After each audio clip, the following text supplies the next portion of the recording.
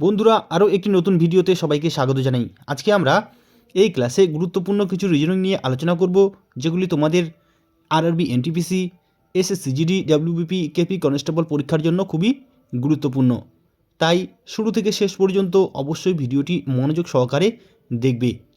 প্রথম প্রশ্নটি কি বলেছে দেখো, প্রশ্ন চিহ্নিত স্থানে কোন সংখ্যা বসবে। এখানে দেখো 4, 9, 97 রয়েছে, এখানে 6, 5, 61 রয়েছে, এখানে 5, 10 এবং এখানে প্রশ্নচিহ্ন রয়েছে। এই প্রশ্ন চিহ্নিত স্থানে কোন সংখ্যা বসবে? তো দেখো বন্ধুরা, এখানে 4 এবং 9 থেকে কীভাবে 57 আসলো এবং 6 এবং 5 থেকে কীভাবে 61 আসলো, তাহলে কোন যুক্তিতে আসলো সেটি আমাদের দেখতে হবে। তো এখানে দেখো 4 এবং 9 আমরা যদি গুণ করি কত হবে? 36 হবে, কিন্তু এখানে কত রয়েছে? 97 রয়েছে, অর্থাৎ 4 এবং 9 গুণ করি কিন্তু এখানে 97 আসলো না। আমরা যদি 4 এবং 9 যোগ করি নিশ্চয়ই আসবে না, তাহলে কিভাবে 97 আসবে? তাহলে এখানে যোগ করেও আসলো না, গুণ করেও কিন্তু আসলো না। তাহলে এবারে আমরা সংখ্যাগুলির বর্গ বা ঘন, অর্থাৎ 4-এর বর্গ সংখ্যা এবং 9-এর বর্গ সংখ্যা, বা সেটি দিয়েও যদি না হয় তাহলে 4-এর ঘন সংখ্যা এবং 9-এর ঘন সংখ্যা বের করব। তো দেখো, আমরা যদি 4-এর প্রথমে বর্গ করি, অর্থাৎ 4-এর সাথে 4 করি, তাহলে 4 4 কত হবে? 16 হবে। এবং 9-এর বর্গ সংখ্যা কত হবে? 9-এর সাথে 9 গুণ করলে 9 নং 81 হবে। তাহলে 4-এর বর্গ সংখ্যা 16 এবং 9-এর বর্গ সংখ্যা 81। এবারে দেখো, এই 16 এবং 81 যদি আমরা যোগ করি তাহলে কিন্তু বন্ধুরা আমরা পাবো 97।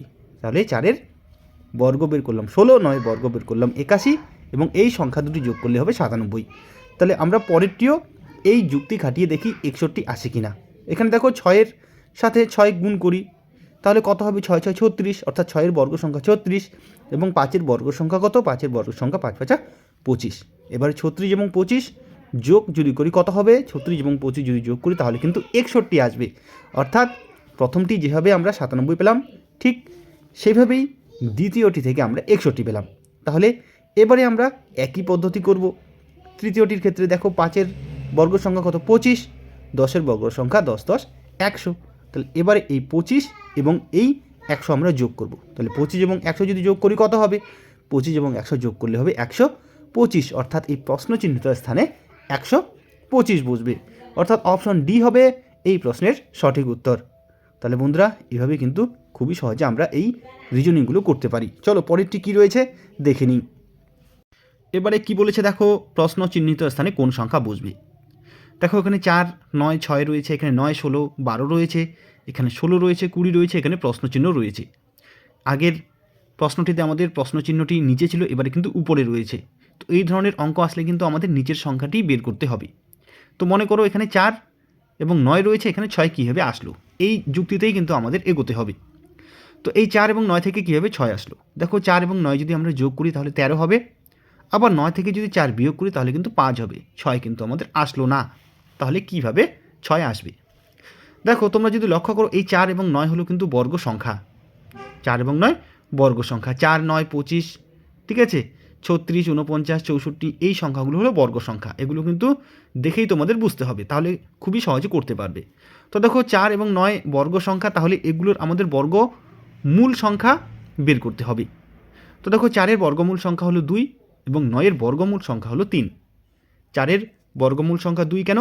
কারণ 2-এর সাথে 2 গুণ করে আমরা কিন্তু 4 পাই, অর্থাৎ 2-এর বর্গ সংখ্যা হলো 4, তাই এখানে 4-এর বর্গমূল সংখ্যা হলো 2।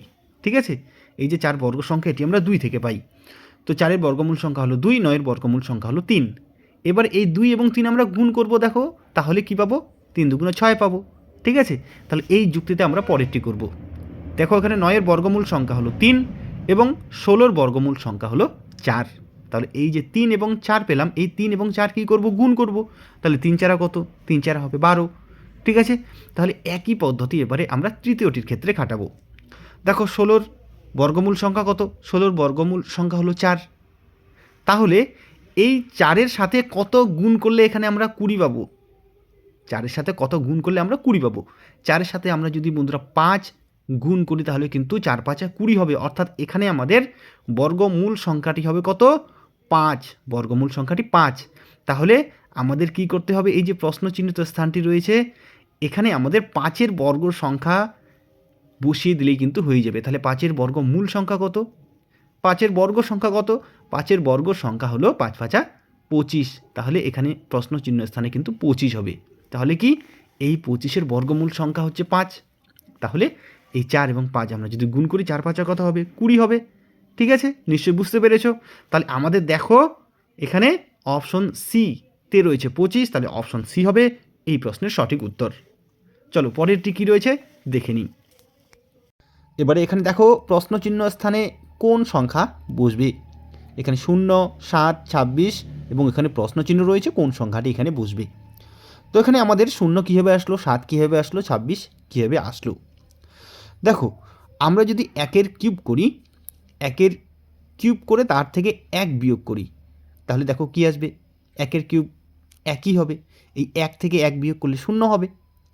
এবারে দেখো এই 7 কীভাবে আসলো, আমরা যদি 2-এর কিউব করি, 2-এর কিউব থেকে আমরা কি করব, 1 বিয়োগ করব। তাহলে 2-এর কিউব কত হবে? 2-এর কিউব হবে 2 দুগুণা 4, 4 দুগুণা 8, তাহলে 2-এর কিউব হচ্ছে 8। এই 8 থেকে যদি আমরা 1 বিয়োগ করি তাহলে কত হবে? 7 হবে। তাহলে এখানে 1-এর কিউব করে তার থেকে 1 বিয়োগ করেছি, 0 পেলাম। এখানে 2-এর কিউব করে 1 বিয়োগ করেছি, 7 পেলাম। তাহলে এবারে কি, এবারে 3-এর কিউব করব। তাহলে 3-এর কিউব করে তার থেকে 1 বিয়োগ করব। দেখো এখানে 26 আসছে কি না। তো দেখো 3-এর কিউব কত হবে? 3 3 3 27, 3-এর কিউব হয় 27। এই 27 থেকে যদি আমরা 1 বিয়োগ করি তাহলে কত হবে? 26 হবে। তাহলে দেখো এখানে আমরা 1-এর কিউব করলাম, এখানে 2-এর কিউব, এখানে 3-এর কিউব এবং প্রত্যেকটির সাথে 1 বিয়োগ করলাম। তাহলে এবারে কি, এখানে 4-এর কিউব করে তার সাথে 1 বিয়োগ করব। তো দেখো 4-এর কিউব কত? 4-এর কিউব হবে 64। এবারে 64 থেকে আমরা 1 বিয়োগ করব, তাহলে কত হবে? 63 হবে। তাহলে দেখো অপশন ডিতে 63 রয়েছে, অর্থাৎ অপশন ডি হবে এখানে সঠিক উত্তর। তাহলে এইভাবে কিন্তু এই ট্রিক্স খাটিয়ে তোমরা এই রিজনিংটি করবে। চলো পরেরটি কী রয়েছে দেখে নিই। এবারে কি বলেছে দেখো, প্রশ্ন চিহ্নিত স্থানে কোন সংখ্যাটি বসবে। 3 5 8 13 22 এখানে প্রশ্ন চিহ্ন রয়েছে, এখানে প্রশ্ন চিহ্নিত স্থানে কোন সংখ্যাটি বসবে। তো দেখো এখানে 3 রয়েছে, এখানে 5 রয়েছে, অর্থাৎ এখানে যদি আমরা 2 যোগ করি 3-এর সাথে তাহলে কিন্তু 5 হচ্ছে। এবারে 5 থেকে 8 আমরা যদি 5-এর সাথে 3 যোগ করি তাহলে কিন্তু 8 হচ্ছে। তাহলে এখানে 2 যোগ করলাম, এখানে 3 যোগ করলাম।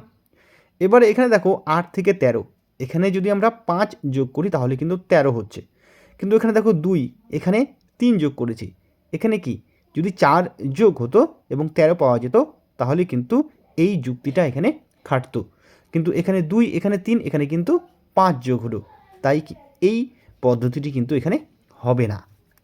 এবারে দেখো তাহলে আমরা কি করব, এখানে আমরা এবারে অন্য পদ্ধতি প্রয়োগ করব। তো এই যে 3 রয়েছে, এই 3 থেকে এখানে 5 কীভাবে আসলো। দেখো আমরা যদি 3-এর সাথে 2 গুণ করি তাহলে কত হচ্ছে? 6 হচ্ছে। এবারে 6 থেকে আমরা কি করব? 1 বিয়োগ করব। তাহলে 6 থেকে 1 বিয়োগ করলে কি 5 আসবে। আচ্ছা এবারে দেখো আমরা এই 5 থেকে এখানে 8 কীভাবে আসবে। তো দেখো এখানে আমরা 3-এর সাথে 2 গুণ করেছিলাম এবং তার থেকে 1 বিয়োগ করেছিলাম, এখানে আমরা 5-এর সাথেও 2 গুণ করব, তাহলে 5 দুগুণে কত হচ্ছে? 10 হচ্ছে। এবারে এই 10-এর থেকে আমরা 2 বিয়োগ করব, তাহলে 10-এর থেকে 2 বিয়োগ করলে এখানে কি 8 হবে। তো দেখো এখানে আমরা 3-এর সাথে 2 গুণ করে 1 বিয়োগ করলাম, এখানে 5-এর সাথে 2 গুণ করে 2 বিয়োগ করলাম। এবারে তাহলে 8 থেকে এই যে 13 কীভাবে আসবে, তাহলে আমরা প্রথমে 8-এর সাথে 2 গুণ করব, তাহলে 8 দুগুণে কত হবে? 8 দুগুণে 16 হবে। এবারে আমরা কি করব? 3 বিয়োগ করব, 16 থেকে 3 বিয়োগ করলে কত? 13 হবে। তাহলে এখানে দেখো আমরা 1 বিয়োগ করেছি, এখানে 2 বিয়োগ করেছি, এখানে 3 বিয়োগ করেছি। এবারে দেখো 13 থেকে তাহলে 22 কীভাবে আসবে, তাহলে 13-র সাথে আমরা কি 2 গুণ করব প্রথমে, 13 দুগুণা কত? 26। তাহলে এবারে আমরা এখান থেকে কত বিয়োগ করব? এই 26-এর থেকে 4 বিয়োগ করব। দেখো 26-এর থেকে 4 বিয়োগ করলে কিন্তু 22 হয়। ঠিক আছে, তাহলে এখানে 1, এখানে 2, এখানে 3, এখানে 4 বিয়োগ করলাম। এবারে দেখো আমরা 22-এর সাথে 2 গুণ করব, তাহলে 22-এর সাথে 2 গুণ করলে কত হবে? 44 হবে। এবার 44-এর থেকে কত বিয়োগ করব আমরা? এবারে এখানে আমরা 44 থেকে বিয়োগ করব 5, তাহলে 44-এর থেকে 5 বিয়োগ করলে কত হবে? 39 হবে, অর্থাৎ এই প্রশ্ন চিহ্নিত স্থানে কিন্তু এই 39 বসবে। তাহলে বন্ধুরা এখানে 1 2 3 4 5 পর কিন্তু এখানে বিয়োগ হলো, প্রত্যেকটির সাথে প্রথমে 2 গুণ করেছি প্রত্যেকটি সংখ্যার সাথে, এবং তারপরে কিন্তু 1 2 3 4 5 এভাবে ক্রমান্বয়ে বিয়োগ করেছি এবং 39 আমরা পেলাম। অর্থাৎ এখানে অপশন সি হবে সঠিক উত্তর। প্রশ্নচিহ্ন স্থানে 39 সংখ্যাটি বসবে। পরেরটি কী রয়েছে চলো দেখে নিই। এখানেও কিন্তু আমাদের বলেছে যে প্রশ্নচিহ্নিত স্থানে কোন সংখ্যাটি বসবে। দেখো এখানে 4 9 এবং 6 রয়েছে এই যে ত্রিভুজ আকারের বাইরে, এবং মাঝখানে রয়েছে 38। এরপরে দেখো দ্বিতীয়টিতে 8 11 এবং 9 বাইরে রয়েছে, ভিতরে রয়েছে 56, এবং এখানে বাইরে রয়েছে 12 11 এবং 13, ভেতরে প্রশ্নচিহ্ন রয়েছে, এখানে কোন সংখ্যাটি বসবে। তো দেখো আমাদের এই যে ভেতরের সংখ্যাগুলো বড় রয়েছে এবং বাইরের সংখ্যাগুলো কিন্তু ছোট রয়েছে তার থেকে, তাহলে আমাদের এই ছোট সংখ্যাগুলোর থেকে কিভাবে 38 আসলো সেটি যুক্তি দিয়ে বের করতে হবে। তো দেখো আমরা কি করব, প্রথমে বাইরের সংখ্যাগুলো যোগ করব। দেখো আমরা যদি 4 এবং 6 যোগ করি 10 হবে, 10 এবং 9 যদি যোগ করি কত হবে, 19 হবে, কিন্তু এখানে রয়েছে কত, 38। তাহলে দেখো এখানে আমরা সংখ্যাগুলো যোগ করে পেলাম 19, কিন্তু এখানে রয়েছে 38। তাহলে দেখো আমরা 19 থেকে কিন্তু 38 একটি যুক্তিতে বের করতে পারবো। 19-এর সাথে যদি আমরা 2 গুণ করি 19 দুগুণে 38 হবে।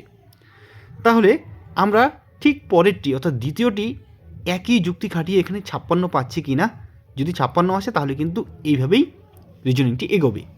তো দেখো আমরা 8 এবং 9 প্রথমে যোগ করলে কত হবে, 8 9 17, এবং 17 এবং 11 যদি যোগ করি 17 এবং 11 যোগ করলে হবে 28। এবারে 28কে যদি আমরা 2 দিয়ে গুণ করি দেখো কত হবে, 28 দুগুণে 56। তাহলে প্রথমটি যে যুক্তিতে এখানে 38 আসলো ঠিক একই যুক্তিতে কিন্তু এখানে 56 আসলো, তাহলে পরেরটিও কিন্তু ঠিক একইভাবে হবে। তো দেখো 12 এবং 13 প্রথমে যোগ করব কত হবে, 25 হবে, 25 এবং 11 যদি আমরা যোগ করি কত হবে, 25 এবং 11 যোগ করলে হবে 36। তাহলে এই 36-এর সাথে আমরা যদি 2 গুণ করি দেখো কত হবে, 36 এবং 2 যদি গুণ করি 36 দুগুণে 72।